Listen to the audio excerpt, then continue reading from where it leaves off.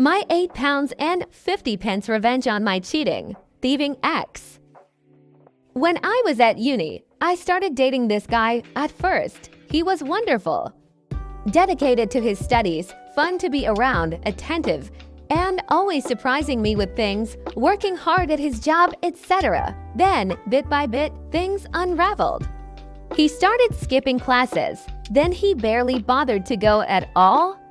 Worse still, he never helped around the house. Never washed up, cleaned up, did laundry, nothing. He was even fired from his job for too many no-shows.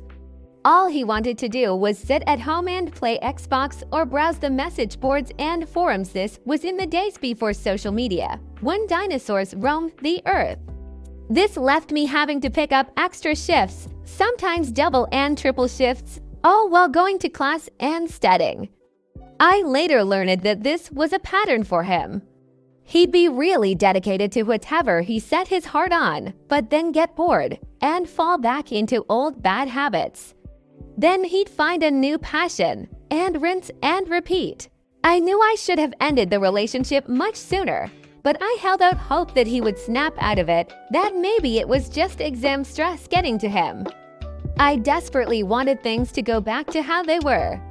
But it was not meant to be. I caught him cheating and threw him out. I was so stressed with everything that it wasn't until the next day that our joint savings account crossed my mind. There was a little over £5,000 in there, and bar a few hundred from him, the rest was money I had saved. I checked the account, and it was all gone.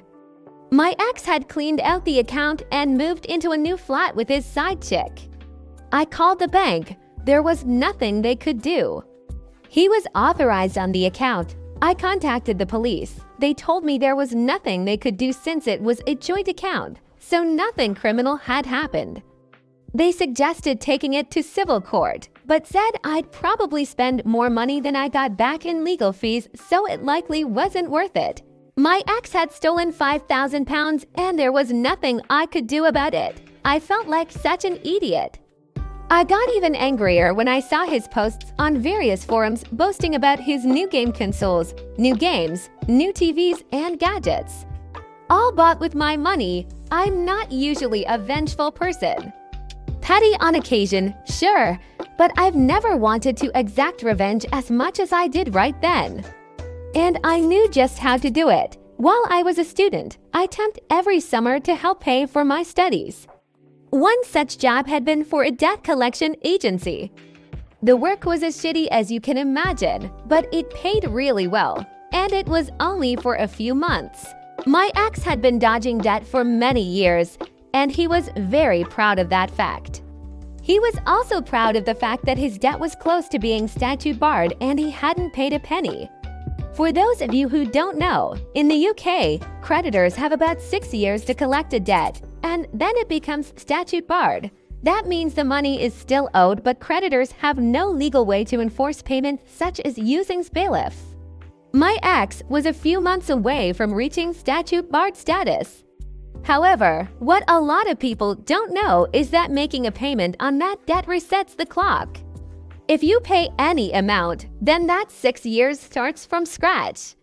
Previously, I had used my insider knowledge to help him dodge the debt. Now, I would use it to hit him where it hurt.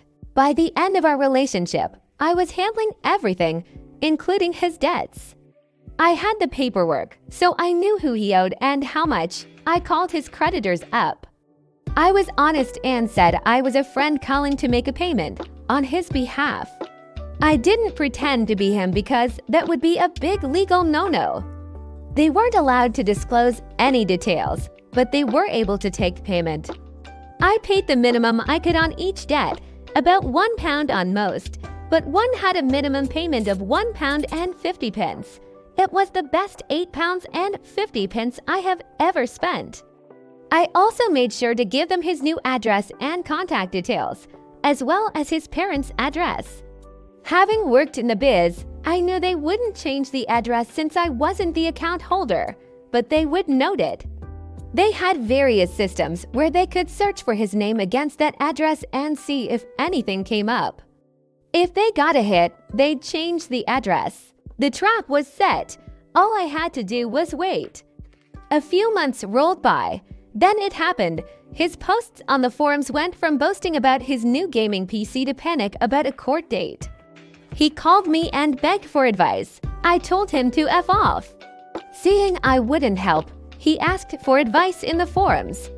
One of his online friends told him not to turn up to court. That way they wouldn't be able to prosecute without him there.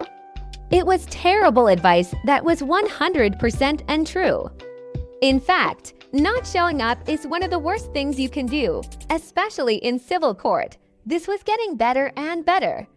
The court date came and went. My ex naturally didn't go. A few weeks later, my ex posted photos of his empty flat. Bailiffs had cleaned him out and taken every last one of his shiny new gadgets and toys. On top of that, he ended up with several CCJ's county court judgments. These are a big deal and can seriously damage your credit history, making it hard to get bank accounts outside of basic ones, near impossible to get credit including getting a mortgage. And it can also make it hard to rent a place since many landlords don't like renting to people with CCJs as they're considered high risk. He also won't be able to find jobs in the financial sector. Now that he was broke and didn't have nice things, his side chick left him. I never got my £5,000 back, but it felt good to see everything he bought with his ill-gotten gains taken away. Hope that £5,000 was worth it. For anyone wondering how a student accrued 6 years of debt, he started at the university I attended when he was 25. He had initially gone to a different university at 18 but dropped out at 19 and went into the world of work. Then he convinced his parents to fund a business degree. He wanted to become an entrepreneur. And for anyone worried about the age gap, I deferred my uni start date by a few years so I could travel. I was 22 when we started dating. He was 26.